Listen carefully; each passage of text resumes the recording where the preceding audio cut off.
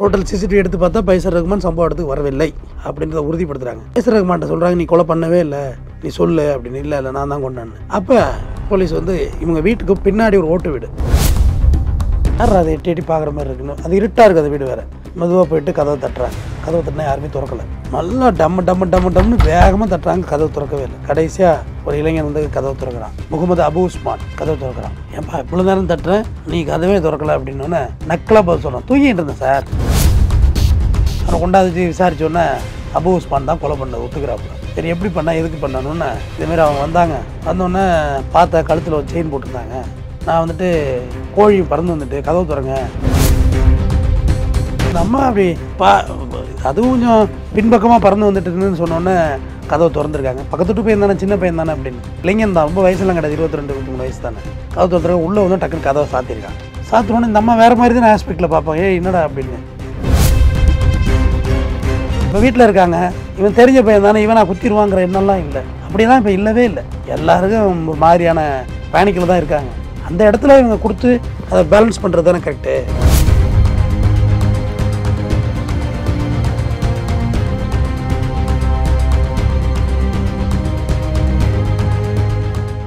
Real one நேயர்களுக்கு வணக்கம். இன்றைய நேயர்களுக்காக நம்முடன் இணைகிறார் குற்றவியல் வழக்கறிஞர் டாக்டர் ஆர்.எஸ். தமிழ்வந்தன் அவர்கள்.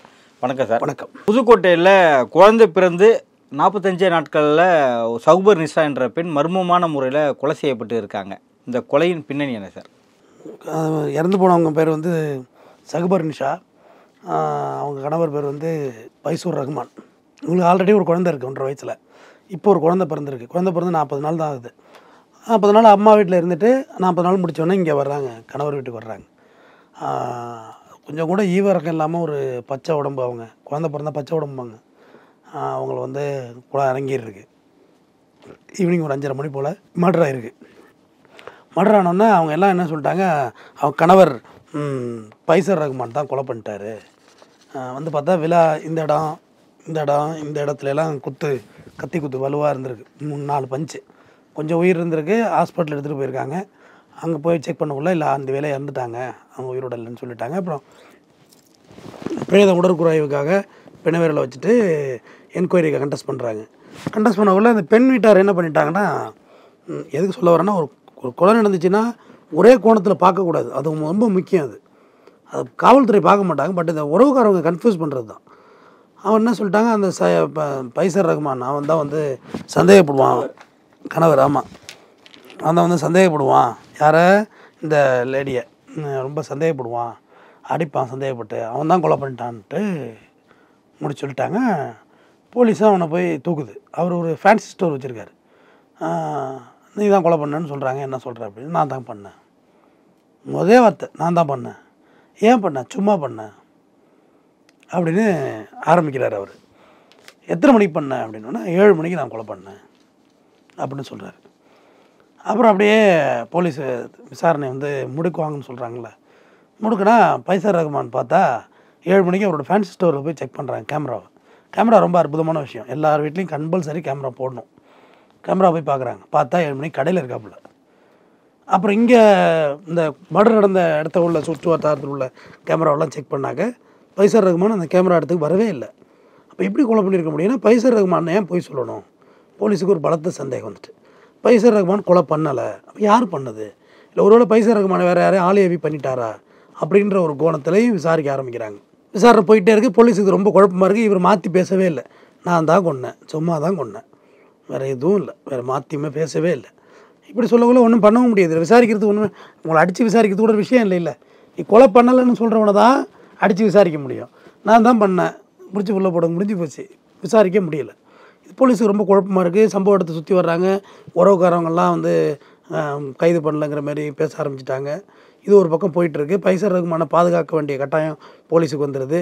ஏன்னா பெண் வீட்டார் வந்து பைசர் ரஹ்மானை எதுவும் பண்ணிடக்கூடாதுல்ல, பாதுகாப்புக்கணும். இப்படியே குழப்பத்தில் ரொம்ப போலீஸு தேங்க ஆரம்பிச்சிட்டாங்க. டோட்டல் சிசிடிவி எடுத்து பார்த்தா பைசர் ரஹ்மான் சம்பவ இடத்துக்கு வரவில்லை அப்படின்றத உறுதிப்படுத்துகிறாங்க. பைசர் ரஹ்மான்ட்ட சொல்கிறாங்க, நீ கொலை பண்ணவே இல்லை, நீ சொல்லு அப்படின்னு. இல்லை இல்லை நான் தான் கொண்டான்னு. அப்போ போலீஸ் வந்து இவங்க வீட்டுக்கு பின்னாடி ஒரு ஓட்டு வீடு, அந்த பின்பக்கம் கிராமங்களில் பார்த்துருக்கீங்களா, அது மாதிரி இருக்கும். ஒரு பெரிய காம்பவுண்ட் வாலுக்குள்ள வேறு வேறு இடங்கள் இருக்கும். அந்த ஓட்டு வீட்டு ஜன்னல்லேருந்து யாரோ எட்டி எட்டி பார்க்குற மாதிரி ஒரு ஃபீல் போலீஸுக்கு வருது. அது போலீஸுக்கு அந்த அனிச்சையாக அந்த தோணும், அந்த மைண்ட் செட்டு.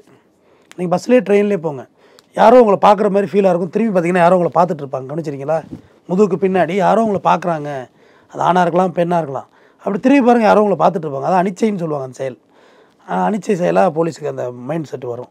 யார் அதை எட்டி எட்டி பார்க்குற மாதிரி இருக்குன்னு. அது இருட்டாக இருக்குது, அது வீடு வேறு. மெதுவாக போயிட்டு கதவை தட்டுறாங்க. கதவை தட்டினா யாருமே திறக்கலை. நல்லா டம்மு டம்மு டம்மு டம்முன்னு வேகமாக தட்டுறாங்க, கதவு திறக்கவே இல்லை. கடைசியாக ஒரு இளைஞன் வந்து கதவை திறக்கிறான். அவர் பேர் என்னன்னு பார்த்தீங்கன்னா முகமது அபு உஸ்மான். கதவை திறக்கிறான். ஏன்ப்பா இவ்வளோ நேரம் தட்டுறேன், நீ கதவே திறக்கலை அப்படின்னோடனே நக்கலாக பதில் சொல்கிறான், தூங்கிட்டு இருந்தேன் சார் அப்படின்னு. போலீஸ் பேசிகிட்டே இருக்குள்ள அப்படியே பார்ப்பாங்க. அப்படியாப்பா அப்படி போலீஸ் விசாரித்து பார்த்துருக்கீங்களா? அப்படியாப்பா அப்படியாப்பா அப்படியாப்பான்னு ரொம்ப கேட்டே இருப்பாங்க. ஏன்னா அக்யூஸ் தான் மேலே சந்தேகம் வரலைங்கிறத விட்டு ரொம்ப ரிலாக்ஸாக அபு உஸ்மான் இருந்துட்டாப்புல. ஆனாலும் யாரும் அவன் பழியை ஏற்றுட்டாங்க உள்ள. அபு உஸ்மானுக்கு வந்து இது பெரிய குழப்பத்தை தருது. என்ன நம்ம தானே கொன்னோம், அபு உஸ்மான் தான் கொலை பண்ணது, அவனுக்கு ஹஸ்பண்டை ஒத்துக்கிட்டானே, என்ன நடக்குது ஒன்றும் புரியலை. ஆர்வ கோளாறுல எட்டி எட்டி பார்த்துட்டு இருந்திருக்காரு, என்ன நடக்குதுன்னு பார்க்குறதுக்கு. போலீஸ் கேட்குறாங்க, ஏப்பா எதிர்த்தாப்புல கொலை நடந்திருக்கு, நீ தூங்கிட்டேன்னு சொல்கிற, எப்படிப்பா அது எதிர்த்த வீடு, நீ தூங்கிட்டேங்கிற, இவ்வளோ என்கொயரி நடந்துக்கிட்டு இருக்கு, நீ எப்படிப்பா அப்படி இப்படின்னு விசாரிக்கிறாங்க. விசாரிச்சுக்கிட்டே இருக்குள்ள அப்படி பார்க்குறாங்க, ஒரு ரத்தம் படித்த கத்தியும் ஒரு ரத்தம் கண்டித்த சட்டையும் இருக்குது. என்னப்பா அது ரத்தமாக இருக்குது அப்படின்னோடனே அபு உஸ்மான் சொல்கிறாப்புல, இல்லை கோழியை ஏற்கிறதுக்கு பயன்படுத்தின பிளட்டு அந்த கத்தி அப்படின்றாப்புல. சட்டை அப்படின்னா அது ரத்தம் படிஞ்சிடும் அப்படின்றாப்புல. ரைட்டு, அதையும் ரெண்டையும் எடுத்துட்டாங்க. அதையும் ரெண்டு கெமிக்கல் லேபுக்கு அனுப்புகிறாங்க. நான் கோழி ரத்தமா இது மனித ரத்தமானு தெரிஞ்சிடணும். அபு உஸ்மான் என்ன பண்ணுறாப்புல, கெமிக்கல் லேபுக்கு அனுப்புங்கன்னு சொன்னாங்கல்ல, மாட்டிக்க போகிறோன்னு விட்டு ஓட ஆரம்பிச்சிட்டாப்புல. போலீஸ் பின்னாடியே விரட்டிட்டு போகிறாங்க. அந்த பெரிய அணை ஒன்று இருக்குது, அதில்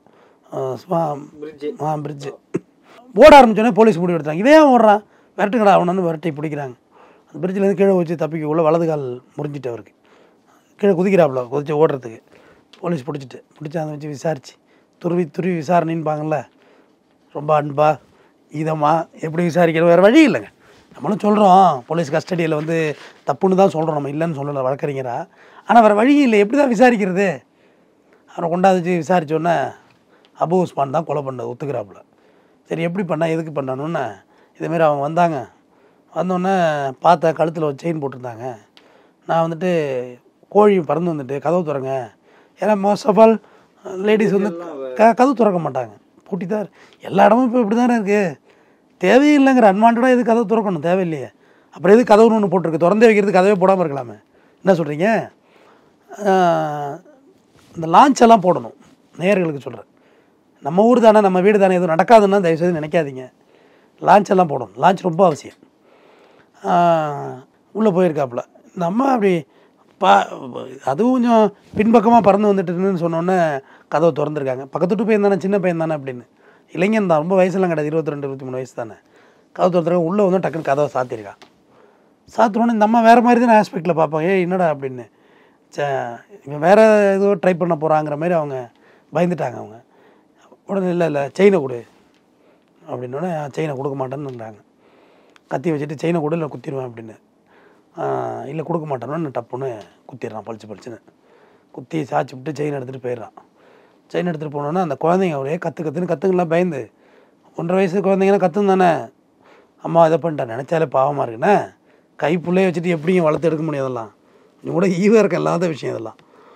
அது கையோட கற்றுனோன்னா அப்போ அக்கம் பக்கத்தில் வந்து பார்க்குறாங்க. செயின் எடுத்துகிட்டு வீட்டுக்கு ஓடிடுறான். பின்பக்கம் ஓடி புள்ள போதுன்னா யாரும் பார்க்கல. பைசர் ரகுமான் கேஸை ஒத்துக்கிட்டு கணவர் ஒத்துக்கிட்டோன்னே இவர் ரொம்ப சந்தோஷமாயிட்டு, செயினும் லாபம், கேஸும் நம்ம மேலே ஆகலை, நம்ம ஜாலி தானே, எட்டி எட்டி பார்த்துருக்காரு வேடிக்கை, வேறு ஒன்றும் இல்லை. அதான் ஒரு ஸ்டேட்மெண்ட் சொல்கிறார், எட்டி எட்டி பார்த்தேன் நான் மாட்டில் என்னொன்னே, எனக்கு ஆச்சரியமாகவும் இருந்துச்சு பயமாகவும் இருந்துச்சு, அதான் எட்டி எட்டி பார்த்துட்டு இருந்தேன் அப்படின்னு. அப்புறம் விசாரித்து அவரை கைது பண்ணிட்டாங்க.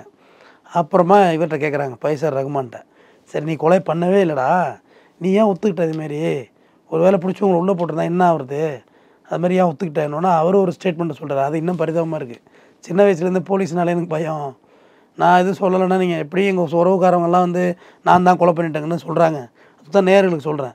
இந்த கொலை இந்த மாதிரி சென்சிட்டிவான விஷயம், திருட்டு கொலை இதெல்லாம் வந்து யாரையுமே எந்த குற்றத்துலையும் யாரையும் ப்ளேம் பண்ணக்கூடாதுன்னு சொல்கிறேன். ஒரு ஆஸ்பெக்ட் இவர் பண்ணியிருக்கலான்னு தோணலாமே ஒழிய இவர் தான் பண்ணாருன்னு சொல்லி கோத்துருந்தா என்ன இருக்கும், இவர் உள்ளே போகிறது ஒரு பக்கம் இருக்கட்டும் நெறியாளரே, அது 2 குழந்தைகள். 2 குழந்தைங்க வேறு, இவர் உள்ளே போகிறது ஒரு பக்கம் இருக்கட்டும். ஆனால் எவனோ ஒருத்தன் கொலையை செஞ்சுட்டு எங்கனே சந்தோஷமாக சிரிச்சுக்கிட்டு இங்கே இந்த உலகத்தில் நடமாடக்கூடாது. அது உடன்பாடே இல்லாத விஷயம் எனக்கெல்லாம். யார் கொலை பண்ணாங்களோ அவங்க தான் அதுக்கான தண்டனை அனுபவிக்கணும். கிராமத்தில் அதை ஈஸியாக ஃப்ரேம் பண்ணிவிடுவாங்க, இவன் தான் பண்ணான் அப்படின்னு. எனக்கு போலீஸ்னால் பயம், நீங்கள் அடிப்பீங்க தொந்தரவு பண்ணுவீங்கன்னு சொல்லிட்டு தான் நான் ஒத்துட்டேன். அது நான் உள்ளே போகிறதே மேலுன்னு நினச்சிருக்கான் பாருங்க, பாவம் பயந்து. நான் என் பொண்டாட்டிக்கு எனக்கு சண்டை வர்றதுலாம் உண்மை தான். நான் கோவத்தில் சொல்லியிருக்கேன், என் பொண்டாட்டியை கொலை செஞ்சிருவேன்னு சொல்லியிருக்கேன். அதை வாய் காலையில் தான் ஒரு அதுவும் அவங்க ஃப்ரெண்டு சர்க்கிள்லேயும் சொல்லியிருக்காரு. அவரை வந்து அந்த ஊரில் வந்து ஒரு சில பேர் வந்து சைக்கோனும் சொல்லியிருக்காங்க. ரெண்டு எல்லாமே கேஸ் ஆனோன்னு எதிரி ஆகிடுவாங்க. அவ்வளோதான், நம்ம மாற்ற வரையும் தாங்க எல்லாமே. மாட்டினாங்கன்னா எல்லாம் திருப்பிட்டாங்கல்ல. ஏங்க சொல்லுவாங்க, அவன் செய்ய மாட்டாங்கன்னு யாருமே சொல்லலை தானே. அவங்க அப்போ பெண்ணோட அப்பா அம்மாவும் கூட சொல்லலை தானே. என் மருமகன் பேசுவார், அந்த மாதிரி கொலை செய்கிற அளவுக்குலாம் அவர் தைரியமாக பண்ண மாட்டாருன்னு அந்த கெஸ் பண்ணவே இல்லை பாருங்கள் யாருமே. இந்த பையன் அபு உஸ்மானை வந்து இவன் தான் பண்ணியிருப்பான்னு யாரும் கணக்கு பண்ணவே இல்லை. ஆனால் போலீஸ் பரவாயில்ல, கொஞ்சம் ஸ்டடியாக நின்று விசாரிச்சிருக்காங்கல்ல.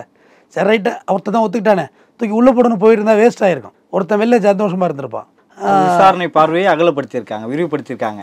போலீஸ் இஸ் வெரி கிளவருங்க. நான் எப்போயுமே போலீஸோட நாலேஜ் ரொம்ப மதிப்பேன். சிம்பிளாக பிடிச்சிருவாங்க மேட்ரு. ஒத்துக்கிறான், இவன் பண்ணலை, அவ்வளோதான். விசாரிச்சுட்டாங்கல்ல, விசாரித்து அப்புறம் அதனால தான் நான் ஒத்துக்கிட்டேன் அப்படின்னு சொன்னோன்னா அப்புறம் அவங்களாம் கண்ணீர் மல்க மருமகனை பார்க்குறாங்க. சென்னை இப்போ 2 குழந்தைய வளர்க்கணும், எவ்வளோ கஷ்டம். ஒரு ஃபேன்சி ஸ்டோரை ரன் பண்ணணும். நினச்சி பாருங்களேன், நம்ம வாழ்கிற வீட்டில் நம்ம கொலை செஞ்சோமா கிடந்தோன்னா அதுக்கு மாதிரி அந்த வீட்டில் இருக்க முடியுமா? இல்லை, அபு உஸ்மான் சொன்னது என்னென்னா வெறும் 1/2 சவரன் நகைக்காக தான் நான் இதை கொலை பண்ணேன் அப்படின்னு சொல்லியிருக்காரு இல்லையா? இது முற்றிலும் உண்மையானதாக இருக்குமா? நிச்சயமா. அப்புறம் என்ன அதுக்கு மேலே என்ன இவ்வளோ உண்மையாக வாங்குறவங்க அதை வாங்க மாட்டாங்களா? வேறு காரணங்கள் எதுவும் இருக்க வாய்ப்பு இல்லை. இல்லை வெறும் 1/2 சவரன் தான் அங்கே திருடப்பட்டிருக்குமா, இல்லை மேலும் அதிகமான ஏதோ அதையும் திருடுனா சொல்லியிருக்க போகிறாங்கல்ல, அதையும் திருடுனா சொல்லியிருக்க போகிறாங்க. ஃபேரை காமிக்க போகிறாங்க. இதில் என்ன இருக்குது? இப்போ நகை கலாச்சாரம் ஒரு விபத்தையும் ஆபத்தையும் ஏற்படுத்தக்கூடிய ஒன்றா இப்போ மாறிட்டு வருது. நிச்சயமா. நேற்று கூட ஒரு நியூஸ் பார்த்தேன். ஒரு பையன் ஒருத்தன் 8 வயசு பையன் செயினும் மோதிரம் போட்டுருந்துருக்கான். குழந்தைங்களுக்கு ஜுவல் போடவே கூடாதுங்க, நிச்சயமாக போடக்கூடாது. அந்த பக்கத்து விட்டு மாடியில் பணமாக எடுத்திருக்காங்க அந்த குழந்தைய. பார்த்தா நகைக்காக தான் 2 கிராமுக்கு மர்டர் ஆகிருக்குங்க. 2 கிராம் நகைக்கு. அது பார்க்கக்குள்ளே எவ்வளோ ஒர்த்து இருக்குன்னு தெரியாதுல்ல. இப்போ நான் திருட வேணாம், இப்போ நகையை பற்றி அறிவு பண்ணவனா என்ன? அதெல்லாம் ஒன்றும் இல்லை. எதுவுமே எல்லாத்துக்கும் அடிக்கிறது மீட்ரு போடுறது தானே. அதனால் இப்போ 2 குழந்தைங்களை வளர்க்க வேண்டிய பொறுப்பு அவங்க குடும்பத்துக்கு வருது. நல்ல குழந்தைங்களா ஒத்துமையாக இருந்து பைசர் ரகுமானையும் இவங்க வந்து கைவிட வேண்டியதில்லை. மகள் செத்து போச்சு, குழந்தை இருக்குது, அவர் எங்கே போவார்? ஒத்துமையாக இருந்து வளர்க்குறது தான் நல்ல விஷயமா இருக்க முடியும். அபு உஸ்மான் இந்த கொலைக்கு என்ன காரணம்? அவர் கொலை செய்யறதுக்கு நகை மட்டும் தான் தூண்டுதலா, இல்லை ஒரு மன ரீதியில் அவர் ஏதாவது பாதிக்கப்பட்டிருப்பாரா? அதாவது மன ரீதியான பாதிப்பு இல்லாமல் இதெல்லாம் செய்ய முடியாது. கொலைங்கிறது 2 டைப்பாக நீங்கள் பிரிக்கணும். ஒன்று வந்து மோட்டிவேஷனில் பண்ணுறது, அதுக்கு வந்து மன ரீதியான பிரச்சனை இல்லை, அதுக்கு வந்து காரணம் இருக்கும். உங்களை வைக்கக்கூடாது, உங்களை வச்சா என்ன கொண்டுருவீங்க, இல்லை உங்களால் எனக்கு பெரிய பிரச்சனை ஏற்பட்டிருக்கணும், உங்களை வைக்கக்கூடாதுங்கிற பிளானுக்கு வரணும். அது ஒரு சினாரியோ. பட் எனியோ கொலைங்கிறது நம்ம என்கரேஜ் பண்ண முடியாது. இந்த அபு உஸ்மான் பார்த்திங்கன்னா கண்டிப்பாக உளவியல் பிரச்சனை தான். ஒரு வேலைக்கு போகிற வயசு, எஜுகேஷன் ஆகிற வயசு, காலேஜ் போகலாம், வெளிநாடு போகலாம், எவ்வளோ ஆப்ஷன் இருக்குள்ள ஒரு எதிர்த்த வீட்டில் இருக்கவங்க ஒரு அவங்க குழந்தை பெற்ற உடம்பு, அது அவங்கள போல்றோம், 2 குழந்தைங்க இருக்குது, அதோட கேரியர் என்ன வருது, இது எதுவுமே அவங்க யோசிக்கலை. அபு உஸ்மானை யோசிக்கலை. இன்னொன்று நான் லேடி சைட்லேருந்து சொல்கிறேன், உங்களால் எஸ்கேப் ஆக முடியாதுன்னு தெரியுதுன்னா தயவுசெய்து அங்கே முரண்படாதீங்க. அந்த இடத்துல சரிப்பா நான் யார்ட்டையும் சொல்லப்பா, இந்தப்பா நான் எடுத்துகிட்டு போப்பா அப்படின்னு கொடுத்துட வேண்டியதானே, அப்புறம் பேசிக்குவோம். கொடுத்ததுக்கு அப்புறமும் கொலை செஞ்சுருக்கலாம் அப்படின்றது அவங்க கண்ணோட்டத்திலையும் சகுபர் நிஷா கண்ணோட்டத்திலையும் நகைக்கூடு கத்திடுறேன். நான் வந்து இப்போ நேயர்களுக்கு தான் சொல்கிறேன், அது அங்கே என்ன நடந்ததுன்னு தெரியல. நகைக்கூடு நான் கொத்திடுவேன்னா கொடுத்துட வேண்டியதான்னு சொல்ல வரேன், வேறு வழி இல்லை. இப்போ நைட்டில் நான் நடந்து போயிட்டுருக்கேன், 3 பேர் சுற்று போட்டு கத்தி வச்சுட்டு செயினை கூட செல்ல கொடுறான்னா கொடுத்துட வேண்டியதான். வேறு என்ன பண்ணுறது? அப்படி கொடுத்தா அவன் விட்டுட்டு போயிடுவானா? வேறு வழி அங்கே என்ன பண்ணுறது? நம்ம ஒரு ஆள் 3 பேர் அடிக்க முடியாது. எப்படி அடிக்க முடியும்? கத்தி வச்சுருக்கேன், நம்மள்ட்ட எதுவுமே இல்லை, நிராயுத பணியாக இருக்கும். கொடுத்துட்டு சரி ஓகே போ, அப்புறம் பார்த்துக்குவோம், அப்புறம் போலீஸ் இருக்குது, சட்டம் இருக்குது, அடுத்த கட்டத்தை பார்த்துக்குவோம். பட் அந்த இடத்துலேருந்து எப்படி எஸ்கேப் ஆகுறது? இப்போ வீட்டில் இருக்காங்க, இவன் தெரிஞ்ச பையன் தானே, இவன் நான் குத்திடுவாங்கிற எண்ணம்லாம் இல்லை. அப்படியெல்லாம் இப்போ இல்லவே இல்லை. எல்லாருக்கும் ஒரு மாதிரியான பேனிக்கில் தான் இருக்காங்க. அந்த இடத்துல இவங்க கொடுத்து அதை பேலன்ஸ் பண்ணுறது தானே கரெக்டு. தம்பி நகையை கொடுத்துட்டேன், நான் யார்ட்டையும் சொல்லலை, நீ போயிட்டு மரியாதையா, குழந்தைங்க இருக்குது, நீ கிளம்பு, எனக்கு ஒரு பெரிய விஷயம் இல்லை, நீ கிளம்புன்னு சொல்லி அனுப்பிச்சிட வேண்டியதான். அப்புறம் பார்த்துக்கலாம், ரிவெஞ்ச் எடுக்கிறது அப்புறம் பார்த்துக்கலாம். அதுதான் சரியாக இருக்க முடியும். அதை விடுத்துட்டு நம்ம அங்கேயே முரண்படுறது தான் பிரச்சனை. அபு உஸ்மான் தான் ஸ்டேட்மெண்ட் சொல்கிறான்ல, நகையை இறுக்கி பிடிச்சிட்டு கொடுக்க மாட்டேன்னு சத்தம் போட ஆரம்பித்தாங்க, அதனால தான் குத்திட்டேன் அப்படின்னு சொல்கிறான். நம்ம அபு உஸ்மானை நியாயப்படுத்தலை, பட் அந்த இடத்துல அவங்க உயிரை காவந்து பண்ணணும்ல. இப்போ உயிரை போச்சே, பணம் காசு வந்துடும், இப்போ ஒன்றும் சம்பாதிச்சிடலாம், பட் உயிர் லாஸ் ஆகிடுச்சே, கேபிட்டல் பனிஷ்மெண்ட் ஆகி போச்சுல்ல. இப்போ இவனுக்கு ஆதாய கொலை இவனுக்கு வழக்கு போடுவாங்க. ஆதாய கொலைங்கிறது 100% பனிஷ்மெண்ட் தான், அதுலேருந்து தப்பிக்கவே முடியாது. மர்டர் ஃபார் கெயின், ஏன்னா அது வந்து தப்பு, நம்ம நாட்டை ஏற்றுக்க மாட்டாங்க. எத்தனை அப்பீல் போனாலும் தண்டனை தான் ஆகும், அதை நான் உறுதியாக சொல்கிறேன். ஏன்னா க்ளீனாக இருக்குது, பின்னாடி வீடு, கனெக்டிவிட்டி இருக்குது, அவனோட கன்ஃபெஷன் இருக்குது, எப்படியும் ஒரு 2-3 ஐ விட்னஸ் சேர்த்துருவாங்க, பார்த்தவங்க கொண்டு வழக்கு கொண்டு வந்துடுவாங்க, போலீஸ் செட்டில் பண்ணுவாங்க கரெக்டாக. நிச்சயமாக தண்டனை தான் ஆகணும் வச்சுக்கோங்க. மகளிர் கொலை, அதனால் மகிழா நீதிமன்றத்துக்கு போயிடும், நிச்சயமாக பனிஷ்மெண்ட் தான் மகிழா கோர்ட்டெலாம். ஸோ இப்போ வந்து ஒரு 1/2 கிராம் நகை என்ன ஆகிட போகுது இன்றைக்கி? 10,000 இருக்குமா? 7,000 7,000 நல்ல குவாலிட்டியாக இருந்தாலும் 10,000 கூட தான் இருக்கும். அதெல்லாம் ஒரு பெரிய காசுன்னு இவ்வளோ பெரிய அஃபென்ஸ் பண்ணால் எப்படி? ஒரு நியாயம் வேண்டாமா அதுக்குன்னு? 2 பச்சை குழந்தைங்க இருக்குது, அதை வளர்க்கணும். அப்போ அபு உஸ்மான் நல்ல மனநிலையில் இருந்திருப்பான்னு நீங்கள் நினைக்கிறீங்களான்னு கேட்குறேன். இருந்திருக்க வாய்ப்பு இல்லை. ஒரு பெருசாக இருக்குது, ஒரு 200 பவுன் இருக்குது, 100 பவுன் இருக்குது, கொலை பண்ணிட்டான் அப்படின்னா கூட அவன் வந்து பணத்துக்காக பண்ணான், வெறியாக பண்ணிட்டான் பணத்துக்குன்னு அவனோட வியூவிலேருந்து பேசலாம். 1/2 கிராமில் என்ன ஆகிட போகுது? 1/2 கிராம் பண்ணாலும் 100 பவுன் பண்ணாலும் தப்பு தான். பட் 1/2 கிராமுக்கு பண்ணுறான்னா அவன் நல்ல மைண்டில் இல்லையே தானே. எதிர்த்த வீட்டு அக்கா, அவங்க அக்கான்னு கூப்பிட்ற ஒரு முறையில் உள்ளவங்க, அவங்கள வந்து நீ கொலை பண்ணி நகை எடுக்கிறது வந்து நல்ல விஷயமா இருக்க வாய்ப்பு இல்லை. எல்லாருமே ஒரு ப்ரிவெண்ட்டாக இருக்க வேண்டிய காலகட்டங்கள் நம்ம வாழ்ந்துட்டு இருக்க இந்த காலகட்டங்கள், அதாவது இந்த நூற்றாண்டு சொல்கிறேன். நம்மளுடைய பாதுகாப்பு என்பது நம்ம கையில் தான் இருக்குது, நம்ம யாரையும் ப்ளேம் பண்ண முடியாது. நடந்த பிறகு நம்ம தண்டனை வாங்கி கொடுக்குறதுல பிரயோஜனம் இல்லை. முடிஞ்சளவு நம்மளும் பாதுகாப்பாக இருக்கணும். நன்றி. நடப்பு நிகழ்வுகள் குறித்து பல்வேறு கருத்தில் மிக்க நன்றி சார்.